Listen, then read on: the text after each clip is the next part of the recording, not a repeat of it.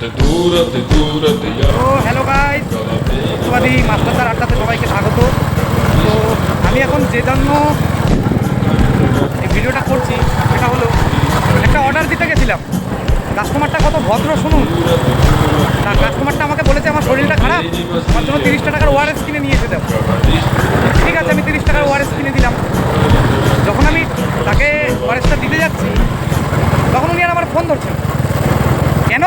ভাড়াটা 100 টাকা হয়ে গেছিলো, তাই তুমি আমাকে ওয়েট করা বা ওয়েটিং টাইমে চার্জ দেবে না? তারপরে আমাকে আমার ফোনটা ধরলো না। তা কত বড় কাস্টমার, কতটা ভদ্র কাস্টমার হলে, কত শিক্ষিত লোক হলে একটা ডেলিভারি বয়দের সাথে এরকম বিহেভিয়ার করে। অ্যাকচুয়ালি এই জন্যই বলেছে যে মানুষ আর কুত্তার মধ্যে পার্থক্যটা কি। আমি স্ক্রিনশটটা দিচ্ছি, কাস্টমারকে তো মুখটা থাকলে তো অবশ্যই দিতাম। আর তার নামটা একটু শো করছি, নামটা কি, তিনি কোনো ভদ্রলোকের ছেলে কিনা সেটা একটু জানার ইচ্ছা ছিল। রাত প্রায় 1টা পার হয়ে গেছে, ঠিক আছে।